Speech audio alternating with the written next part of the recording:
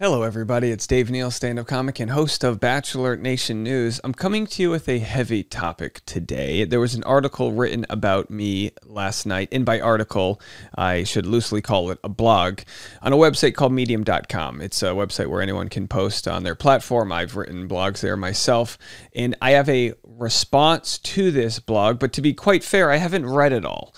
I've only read bits and pieces because it's highly triggering. It feels like an 18-wheeler is parked on top of my chest to read this out. Now, if you guys know me, and maybe you don't, but if you do know me, you know we do champion mental health issues on our channel. And we're caught in a conundrum here because we clearly have a mental health issue. That being somebody is lying about somebody else, right? And we cover content as it relates to Bachelor Nation and other interesting stories as they exist across the internet. Really, if it's interesting, we try to cover it on the show, Bachelor Rush Hour, our morning and afternoon podcast, and also on the YouTube channel here. Well, let's just go through it. Let's read it, and where I feel like I need to interject, I will. I've never said the name of this person that we're going to cover. I'm still not going to, even though they release a public article and say my name publicly. I never will show, I don't want to show their face either. I don't want any hate towards them whatsoever. I want them to seek help. I would be the first person, as I've said, to donate to some sort of GoFundMe that would have money raised to their mental health, if that was something we could do. But what I won't do is stop talking about the issue out of fear that they're going to commit some sort of self-harm or something like that. Because I'm not exposing them to anything that's not outwardly in the open. I'm just sharing things I'm seeing online and giving my commentary. Some people wonder about my spirituality. One of my favorite quotes, or maybe it's not a quote, a prayer, a mantra that my mom always shares with me during tough times, I'm going to recite with you guys. It might sound a little, I don't know, strange to hear, but it really takes a little bit of the burden off and say, I'm just waiting for a sign what to do next. God grant me the serenity to accept the things I cannot change, courage to change the things I can, and wisdom to know the difference. I've covered this case because I felt like an injustice has happened. I've covered it because I felt like somebody has been lying, and that's not how I initially felt. Just like most cases, I did my research, I looked at it, and then I came up with my opinion and formulated that opinion. So here's the article that was written last night about me. I keep on saying article. It's a blog post. Unveiling the Unbearable, my battle against cyberbullying and online harassment. I'm going to read this article, and then I'm going to share other evidence and things, and to counteract some of what I believe to be is quasi-truths that are used to prove her point that she is the victim here of a crazy and wild and damaging smear campaign by me. Here's what she wrote. It's incredibly hard to put this into words and share what's been going on. I've never asked my friends or family for emotional support, but I'm feeling truly shattered, defeated, mentally drained, and worthless due to the events of these past several months. I think I could have written the same thing. I have been the subject of a smear campaign that I wouldn't wish on my worst enemy, and the target of cyberbullying, cyber harassment, and cyber stalking at a level that I truly think no one would believe was imaginable. My heart has been torn to shreds, and it seems like nobody beyond my family truly sees or understands who I am anymore. Maybe that's my fault, since the sheer embarrassment of it all has been so overwhelming that I found myself hiding from the world. Again, this in response to an article that she had leaked to The Sun, which had plenty of identifiable features that named her as a TEDx speaker, a popular podcast host out of Arizona, all these types of things. That's where the story began, folks, with her. She began the story. She lit this fire. We've just read and covered it. Since around mid-September, I've been noticeably absent from social media and pretty much detached from the life I used to lead.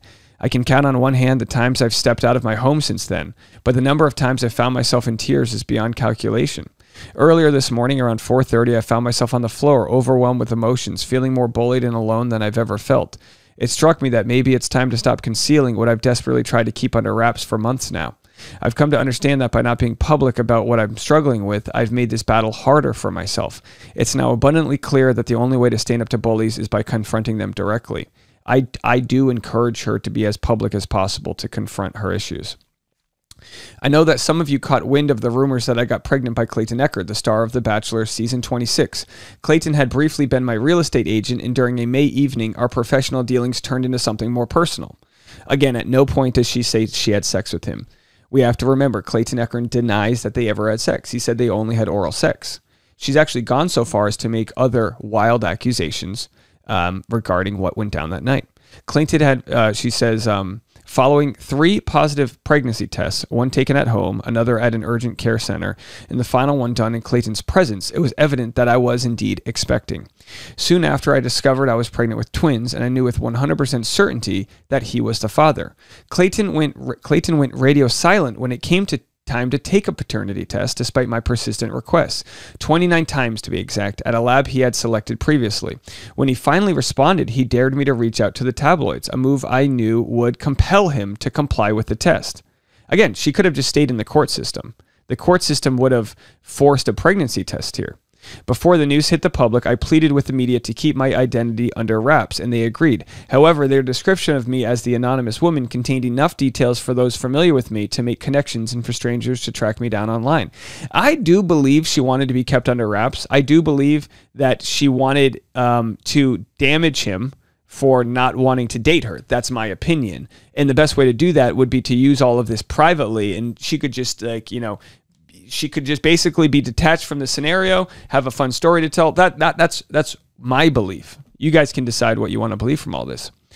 And as far as the pregnancy test she took, again, we have yet to receive a positive paternity test that Clayton is the father. Like I said, she could pop out tomorrow and say, I'm pregnant, and we'd have to change our opinions if the evidence lined up. I'm just fact-based and I'm science-based, and we have not received enough evidence. And you might say, Dave, how come you need evidence for her to prove she's pregnant? Well, because she's made wild claims about Clayton Echard. And if you're going to make claims about someone, you have to back them up with the evidence to back those claims up, in the simple evidence of being pregnant. Now, as much as I don't want to bring my own pregnancy into this, I understand now, after the last 19 and a half weeks, I understand now the joy of going through a pregnancy, a wanted pregnancy, the joy of going to get ultrasounds and sharing all the photos and framing them and taking a video of my wife as they do the ultrasound and watching the heartbeat.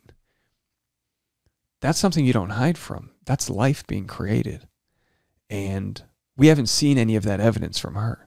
In fact, to the contrary, if you're new to the channel, hello, we've only seen evidence presented by different men that show ultrasounds and images that were Google reverse image searched to come from a blog in 2015, to come from an ultrasound that was taken from YouTube in 2016. These are things I'm going to share with you. If you're new and you might not want to stick around, these are things I'm going to share with you that are evidence that exist out there. And it might be, looking forward here, it might be that some of these pieces of evidence that I'm going to share, she might deny them, but they exist and they deserve to be public and they deserve to be cross-examined and all of that jazz. I mean, she can claim that an ex hacked her account and that's why and shared this and all of that. But we showed this, guys. The accuser's ultrasound in the bottom, the 6-year-old ultrasound up top, it's the exact same thing. We've shown that irrefutably. That goes against any credibility that she has in this article. Could she be pregnant and also could there be fake ultrasounds? Yeah, sure, yeah. She said, like many, I was familiar with Reddit before news about my pregnancy became public, but I had no grasp of the level of dedication its members had. She didn't know who she was messing with. That being a lot of people online doing a lot of research. Shortly after the initial article surfaced, a friend reached out informing me that self-proclaimed sleuths were actively discussing and mentioning me by name in subreddits centered around The Bachelor. There was a barrage of misinformation circulating, and initially I wrote back to correct those who were getting the facts twisted. However, these so-called keyboard warriors, shielded by anonymous usernames, only seemed to intensify their interest in my life once they knew I was engaging with them. You have to remember, a lot of these keyboard warriors are people that work in law, they're lawyers, they're people that don't want to have her turn the target onto them, and so they go anonymous so that they can protect themselves from situations that I'm currently in. Things took a truly devastating turn when an abusive ex decided to reach out to Clayton, telling him that I had done this before. He was referring to 2 prior pregnancies, a part of my life I've guarded fiercely, not just from the wider audience I'm speaking to now, but from everyone. Rather than having a private discussion with me about it, Clayton broke the news to his hundreds of thousands of followers and Redditors, like relentless detectives, latched onto this snippet of my personal history. They dove deep into my life, tearing through layers I desperately wanted to keep hidden, and truth be told, deservedly so. My life was becoming a mere public spectacle, and it caught the eye of a Bachelor content creator named Dave Neal, a major figure on Reddit who has completely turned my world upside down. It's important to note I am banned from some Reddit communities. Like, Reddit doesn't like me, okay? Just because I'm the only one talking about this. There's plenty of people on Reddit that don't like me. She makes it seem like Reddit is this community of people that are all on the same side. I've never seen a public sentiment so one-sided as this one. Normally it's like the left versus the right, the this versus that, vaxxers, anti-vaxxers. Everybody who has looked at this case with the benefit of the doubt has been on the side that she seemingly is full of shit. And to say that, and to prove that, it's because when this article first initially came out, everyone was on her side. I called this the Pearl Harbor of Clayton Echard. He woke up to this article and she said crazy things like she was afraid for the safety of her babies, right? Her unborn babies. She said, she said, you know, all these different things that were just character just assassinations on him, things that would really destroy anybody, let alone a public figure. The woman was concerned about her safety, so she sent a letter to the Scottsdale Police Department. I'm very concerned about my safety, and I don't know what actions Clayton will take because he is so volatile, controlling, demeaning, and hateful. I've met Clayton, and he's one of the softest, warm-hearted people I've met. Comes from a good family. He was screened mercilessly from for all of the reasons to get on the show. You know, they do STD tests, they go to FBI background checks. I mean, he was vetted by America's broadcast company owned by Disney. He was vetted as the lead of this show. He's not a big bad guy because he has muscles, because he's tall. He's not a big bad guy because he briefly played professional football. He's not a big bad guy because he knows he didn't have sex with her and she's doing the smear campaign. When she says she had no idea the passion and strength of this Bachelor community, what she's not saying is she flew too close to the sun. And if she was able to get away with this before, the cat's out of the bag now. Let's keep going. Things took a truly devastating turn. Okay, so we got that part. They dove deep into my life, and now we're on to me. Dave has blatantly victim shamed me for my reproductive decisions, stating that my life would hold no interest for him if it weren't for 2 prior abortions. Well, the fact is, if she did this to a random person that's not in the Bachelor world, it just wouldn't have caught my eye. It probably wouldn't have caught my eye, which is extremely scary for the people in that circumstance. The source of the misinformation he's spreading traces back to 2 men I'd been pregnant by before. And also, you have to remember, the sources actually date back to court documents that exist. Public court documents. So these are in the court system. People can decide for themselves if they think she reverse image searched these ultrasounds. She said, it looks like you're going to be a dad to 1 or 2 babies, was sick enough to go to the clinic this afternoon. And then here we have, basically in defense, the guy who she said she was pregnant with twins by, in defense, we have the guy saying, I found this from an article from 2015. Well, if that's not true, I'd like to know more about where her ultrasound came from. Now, she says, I believe that he hacked into her iMessage account and sent this on his behalf, and that she never claimed she was having twins. Again, a similar defense she's made from the ultrasound I shared, where she claims that she was also hacked again. If anything, we should get her a sponsorship for like a security company, like a 2-factor authentication, because clearly there's some data breaching happening. Let's continue. The source of the misinformation he's spreading traces back to 2 men I've been pregnant by before. Their animosity against me, triggered by the restraining orders I have against them, is a driving force behind the distorted tales being circulated about me and ones they have shared with Dave. She does have restraining orders against them. Clayton also has an injunction against harassment against her. I'm sure she'll mention that. But just because she has a restraining order against them, trust me when I say, with Clayton's case, he wanted nothing to do with her. She sent him 500 messages. He just wanted it to go away. He just knew if we just waited long enough, these kids wouldn't show up and it could go away. And here we are.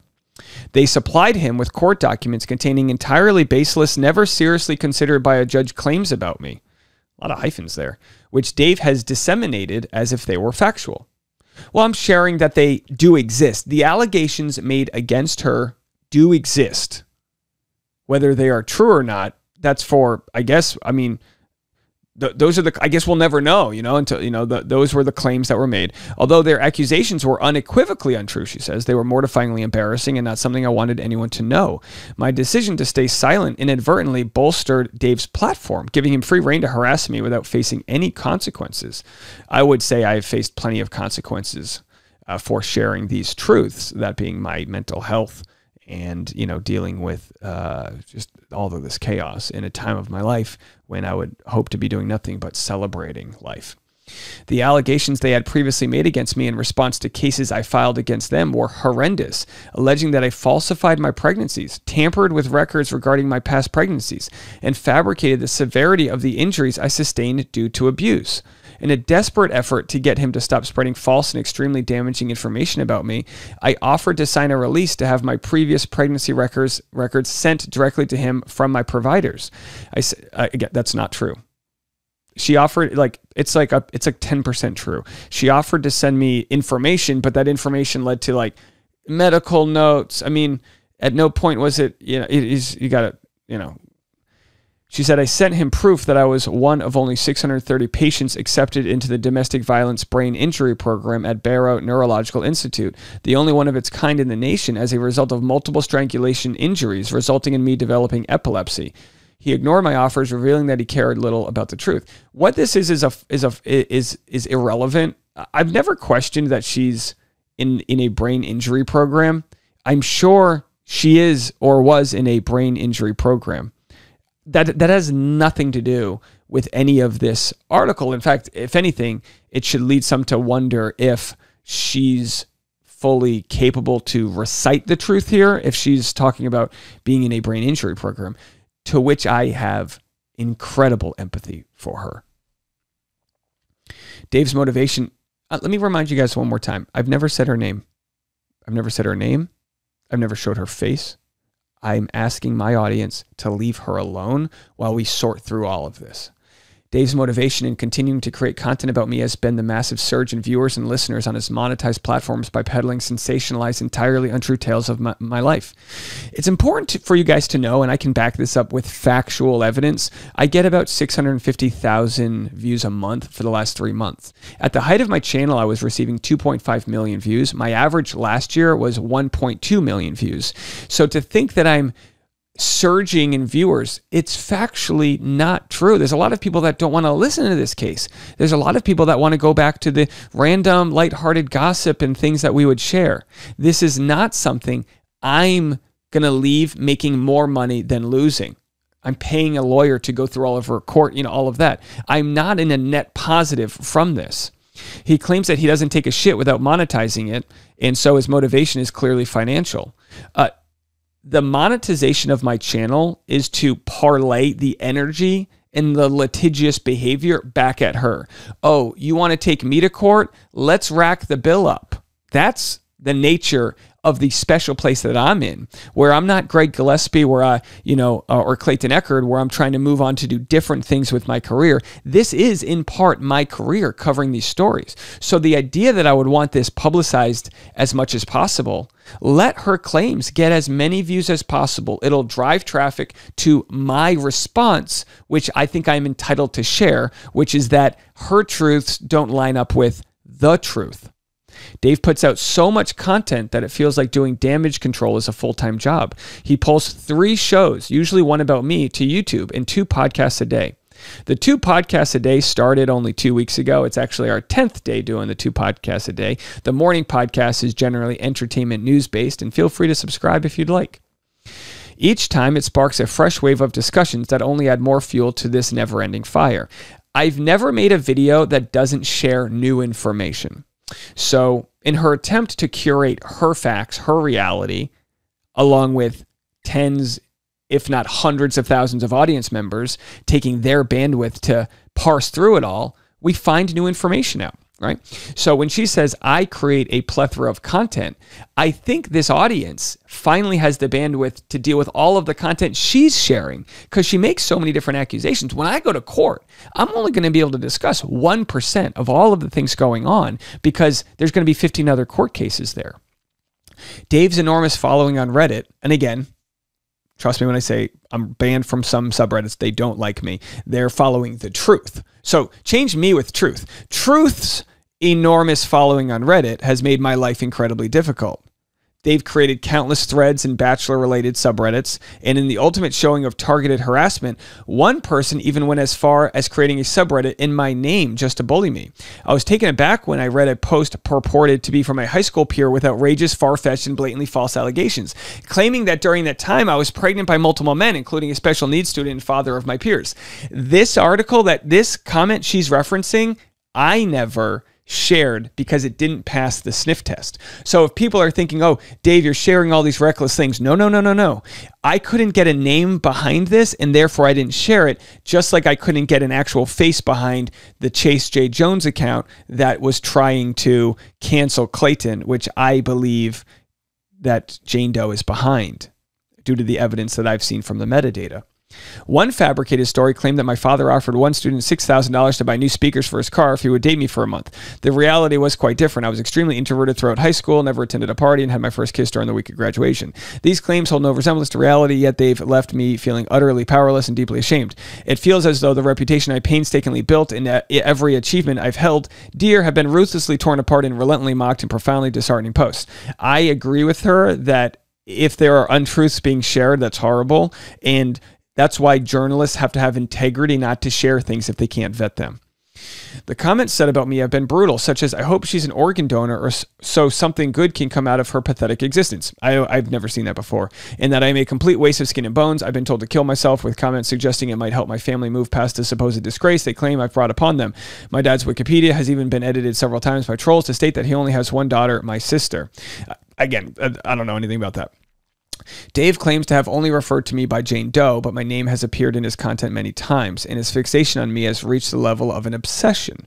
Since September, he's churned out over 50 videos about me. Well, I mean, like she said, I make a video a day. That's not obsessed, right? So, and again, I make a video about Clayton Echard's paternity scandal. I center it around the content we create, which is Bachelor Nation.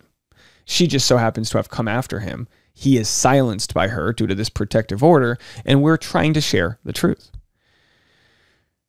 Boldly claiming that the count might escalate to more than 140 as he continues to probe into my life. Moreover, he's generated well over 100 hours of podcast content solely focused on me. I don't think that's true. 100 hours on her? I don't think so. And actively pursued opportunities to appear on any podcast, offering to fly anywhere in the country to do so because he is so eager to discuss my life through his lens of lies. I absolutely want to get as much exposure on this story as possible. I feel like that exposure will come in due time, but for my own safety and to protect the work I'm doing, I want to tell that story on the biggest platforms I can get. Now, before you DM me and say, Dave, reach out to so-and-so, Dave, do that. I'm at the absolute top of my ability to do what I'm doing. My bandwidth is completely done. So if anyone does want to request me on a podcast, you send that to them. You share them this and all of that. But I can't. I'm done. I appreciate the goodwill people have, but what they don't understand is I've got thousands of people all telling me that, and there's only so many people I can reach out to personally. She said, I would be lying if I said I wasn't afraid of Dave. During one of his live streams, he inadvertently displayed a map leading to my home. In an interview just this week, okay, so I will share that right now.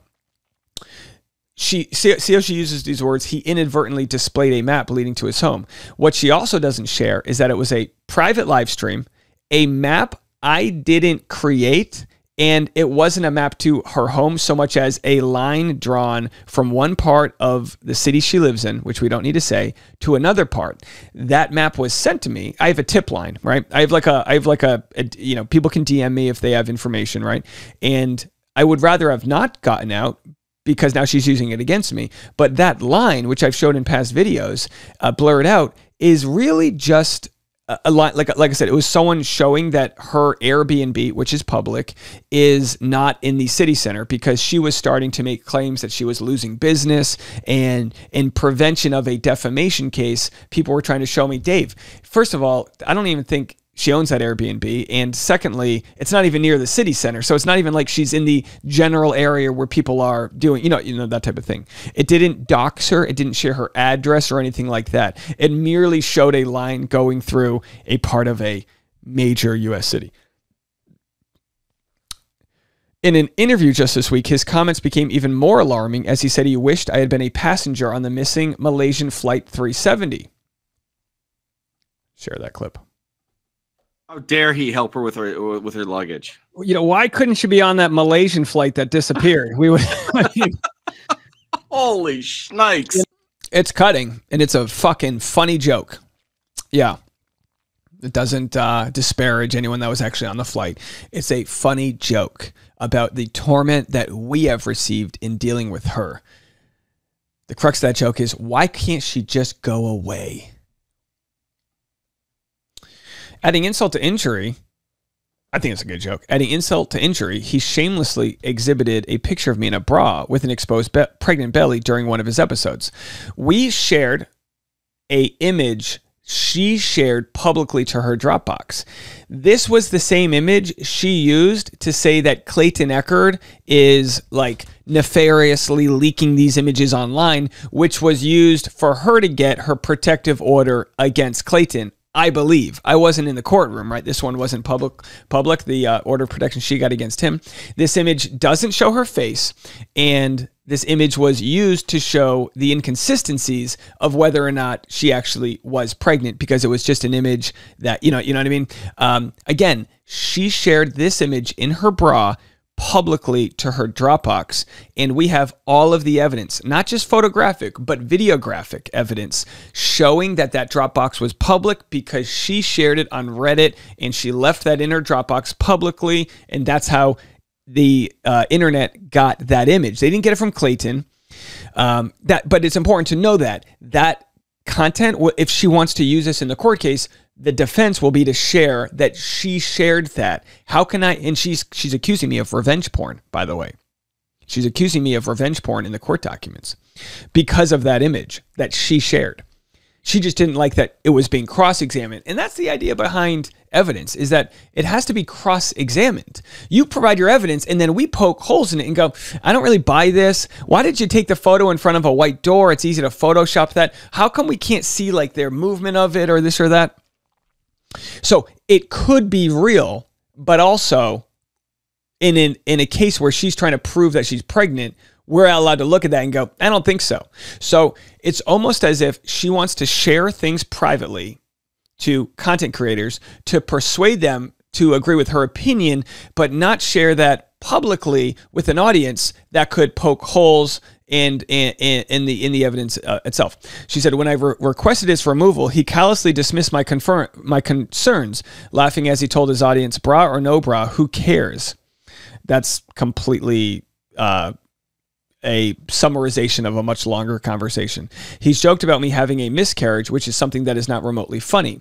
I disagree with that last statement. Look, my audience is all women.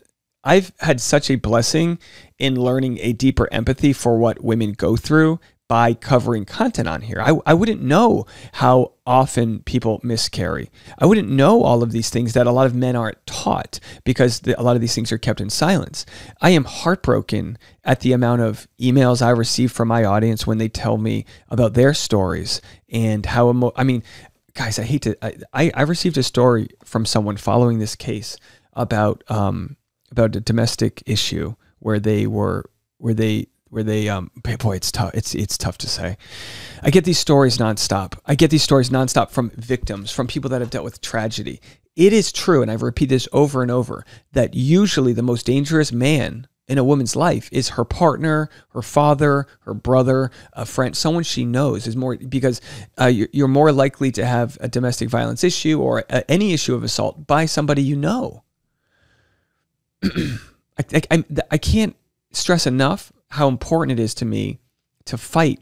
And I said this on Reality Steve's podcast, and I'll say it again. No amount of any cross-examining of any of this is going to change my belief and desire to believe women when they come out with credible issues. No amount of this, and because people said, oh my gosh, this is going to make it so that people don't believe women. Not whatsoever. I believe we're able to look individually at cases and critically think and make our decisions.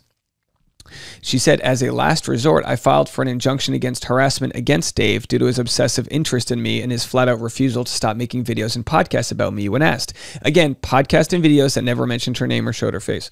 However, when I informed him that he would be served by a process server, he turned the tables. Okay, I haven't read this yet. Deceptively, he began painting himself as fearful as me. There is no deception, folks. Myself and many others are horrified at whatever moves she might have up her sleeve. His followers swiftly joined in, spreading these unfounded notions that I might pose a threat. There doesn't need to be a notion that somebody might pose a threat. The actions are of somebody that will do anything to protect their truth, a truth I disagree with. She said, I've been called unhinged an innumerable amount of times, and his followers have posted countless times that I need to be institutionalized. It's been outrageous, entirely unwarranted, incredibly upsetting. My physical appearance has been a relentless subject of mockery. Multiple memes have been created emphasizing my looks and targeting me with hurtful comments. None from watching my content. I have not showed her face, including this, right here. I have blurred out her face. Even though that's public, I have decided I do not want to share that. Clayton chose to be intimate with me. Again, she doesn't say they had sex for just one night after having numerous beautiful women to select from during his time on The Bachelor. Clayton himself mentioned I didn't look as pretty as I appeared in some Instagram photos he scrolled through. I don't know about that.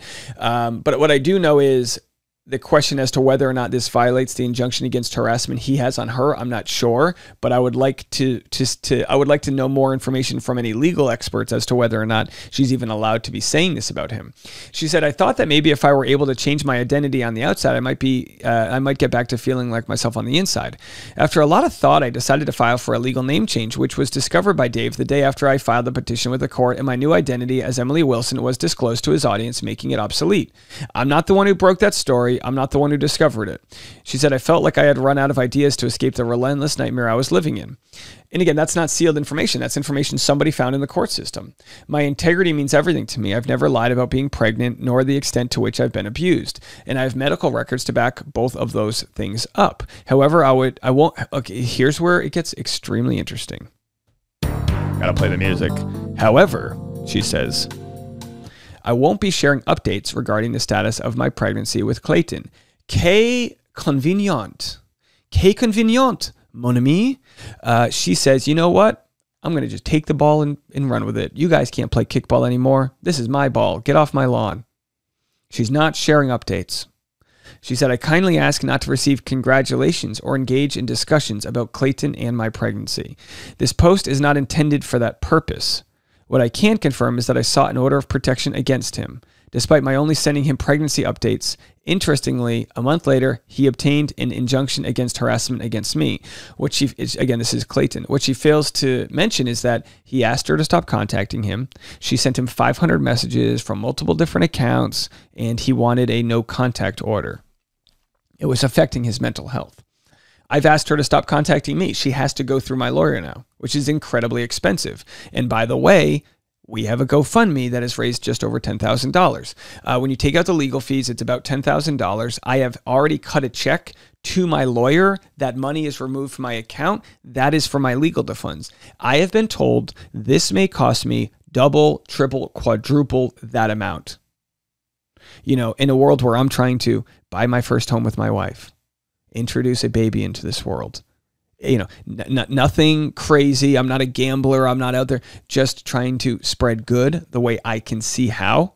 And sadly, in this case, Jane Doe, is on the side of of maybe the short end of the stick because we're trying to protect the damages that I believe have been done because of her, I don't know, mischaracterizations that we see online. Well, I've had to go on, I want to say the offensive, but this is really on the defensive. This is because she's suing me. This is money that's going to be, it doesn't go to me. I'm not making extra money from this, guys. And if there's ever any extra money in it, it's getting refunded back to people. I mean, I'm not touching this money. It's going straight to this case. If anyone wants to donate, link in the comment section. It is still open. I'm going to need way more than this $13,000 goal because, 2 days ago, folks, 2 days ago, we were contacted and had to speak with the flipping, I guess the FBI, a federal bureau. My lawyer had to speak with. Let me see if I can find the clip here.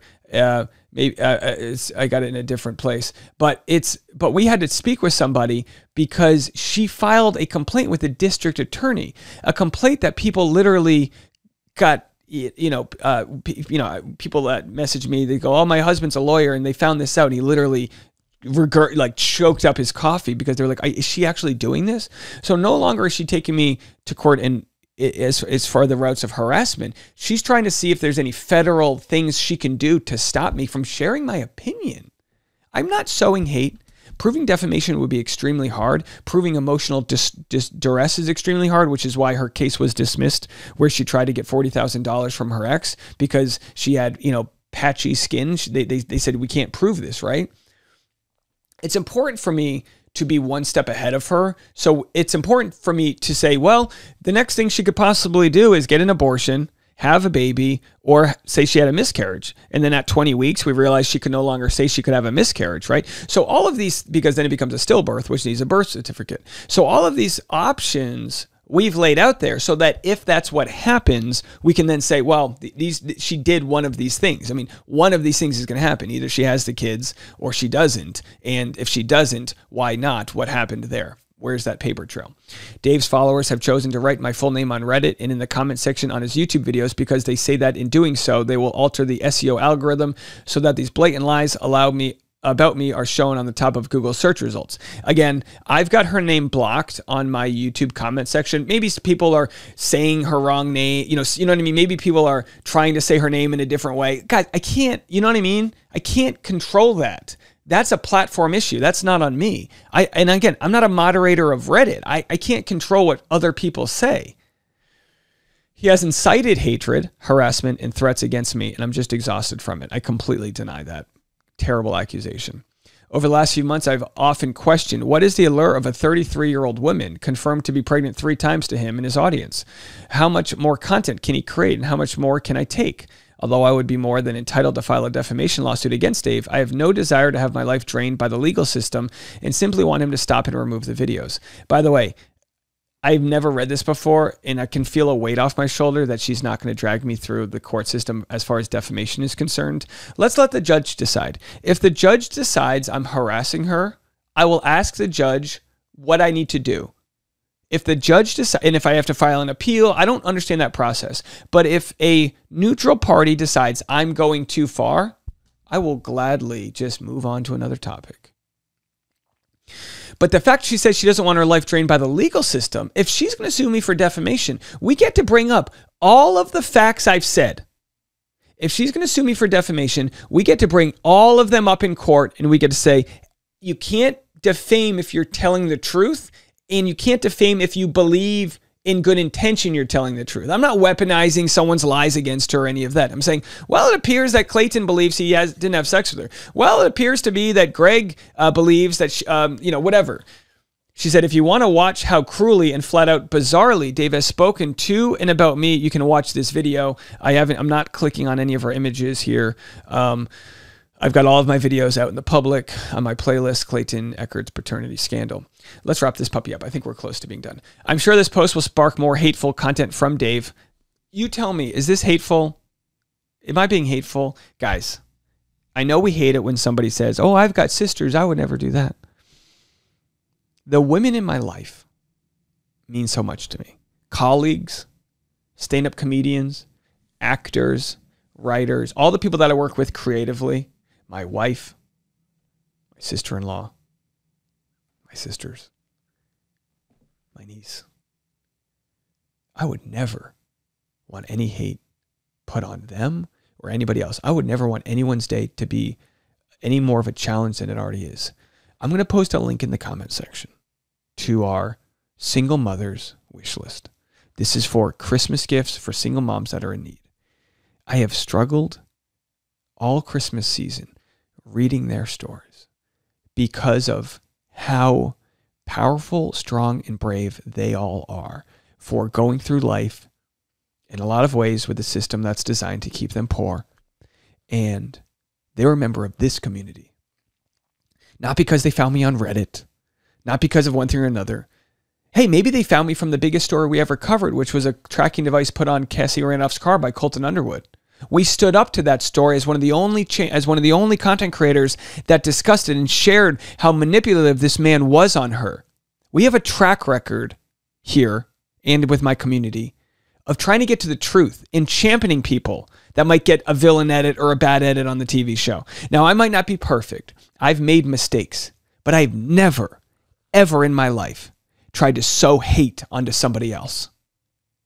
The main core that I look for in life is to find ways to share love. I do that on stage as a stand-up comedian, uniting people through laughter. And I do it here in the, comment section or the content that I make here, and I do it on the podcast. I want nothing but to share love. But I also like justice. And I feel like there are men that didn't have a voice. There are men that didn't get a chance, and it just so happens that they're men. I don't care what their chromosome level is. This could be completely flipped, and we'd be on the side of someone like Cassie Randolph, who was absolutely tortured with a tracking device, fake email addresses. So we've seen this play out before from a man controlling a woman. We've seen this play out before. So I don't want any of this bullshit that I'm targeting her in any sort of way whatsoever. I'm letting the facts speak for themselves. This is where it gets crazy. Oh no, that was a normal part, guys. Despite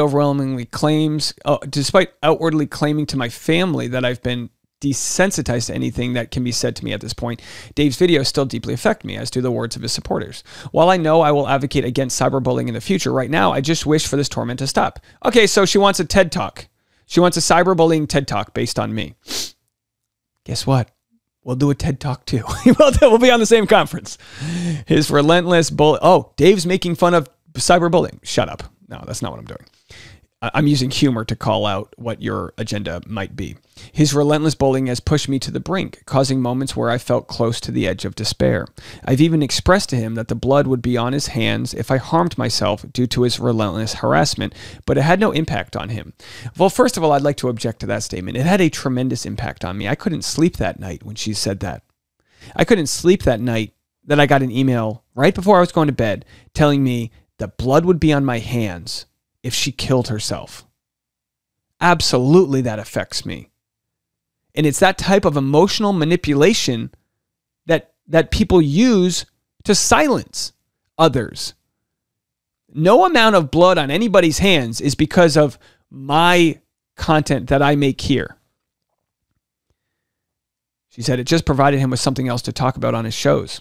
And why would he stop talking about me? Spreading misinformation generates profit for him, and that appears to be his sole concern. It's an ongoing struggle to try to rise above this situation. Again, she's taking me to court. I'm going to lose more money than I'm going to make on this. The only defense I have is publicity to have the funds available to fight this every step of the way. Whether it's me fighting it, or Clayton, or Greg, or Mike, or anybody. I don't know. I don't even know Mike, right? If there's anybody out there that needs that sort of defense, and needs it to be, and maybe it's someone from a different community, and they go, Dave, I see that you're championing victims here. I'd love to see if you could line me up with a lawyer. Absolutely. I've had dozens of law firms reach out to me, hundreds of lawyers, people that don't want to touch this. They're in different jurisdictions, but they say, Dave, keep going. Keep protecting the justice system. Keep protecting the system we have in place so that truth does win. In wrapping up, she says, my life has changed after witnessing how cruel people can be. And while I'm a changed person after all of this, how could I not be? I still want to be. I'm anxious about how people might perceive me once I share my story, but holding all of this inside hurts. I sincerely hope that my truth won't alter your opinion of me, but if it does, I understand. If you choose to remain my friend after all of this, wow, I hope you know how grateful I am to have you in my life, and that I will always, always hear out your side of the story and be your friend if you ever find yourself in a situation like I have found myself in these past few months. We have yet to hear of one person coming to her defense. We've covered this story for a long time. She's in the equestrian community, and apparently a lot of people want to, apparently she's in the equestrian community. Apparently a lot of people talk in that community and know what's going on, and not one person has come to this person's defense. So that's it. That's all you have. We shared this information, countless videos. We shared the, ultrasounds, which, by the way, if you're new to the channel, she said, I hate to throw the threat of a lawsuit in again, but I saw on Reddit that you're looking for an expert to review my sonogram. It's highly illegal, a HIPAA violation for you to be wanting to share anything related to my health without my permission, which is not true. I'm not a doctor. It'd be illegal if I was a doctor or her doctor, let alone trying to share it with strangers on the internet. I suggest that you delete that post and any evidence you are trying to gather, as my sonogram image and video are 100% real and verified. You do not have my permission to be sharing those calls, medical records, blah, blah, blah. I've shared them with you simply because you can keep them in mind with your audience, not so you can analyze them. So she gave us evidence that she didn't want analyzed. She claims that these are 100% real and verified. And then this comes out, and she then sends me an email saying, those aren't mine. And then she tells me that they were hacked, and you can go watch that whole video. I don't want to keep you guys. So that's where we stand. She was denied in court by a judge for a temporary restraining order. The allegations in the petition are conclusory, not specific as to date, time, message, and potentially involve core First Amendment concerns. Restricting potentially protected speech without a hearing could constitute a prior restraint. A hearing will be necessary to ascertain if the communications are not protected, amount to harassment, cyberstalking, revenge porn, defamation. So we'll have to see. We'll have to see if a judge thinks I'm doing any of these types of things. That court date's December 18th, and I'm going to be going there with the representation that we've acquired because of the GoFundMe. She also says at the bottom here, my mental health has been destroyed by Dave and Reality Steve since they have ignored my truth. If I am not offered that opportunity and you decide to cover the story with just Dave's point of view, my intent is to sue for defamation. I'd be extremely appreciative if you would not cover this topic at all, and that if you do, you allow me to give my side of the story. People have asked her to give her side of the story. She doesn't want to be held up to scrutiny. This is an email she sent to other podcasters saying, if you share what Dave's opinion is, so if you share anything about questioning her, her intent is to sue for defamation. We know this to be sort of not what she's actually going to do. That's just the threat. And after calling her out on her threats nonstop, after calling her out on these threats, we see here that even though she's entitled to file a defamation lawsuit, she has no desire to, because she's not going to file a defamation lawsuit, because the truth will come out, and she'd rather have her truth come out on an article with the comment section turned off and all that jazz. So we've questioned why no one has come to her defense, and just last night, her father has come to her defense. Incredibly proud of my daughter, Jane Doe, for finally standing up to cyberbullies.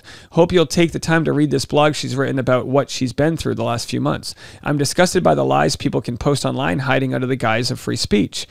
She has the full support of our family and no doubt the support of our extended family of listeners who've known her since the day she was born.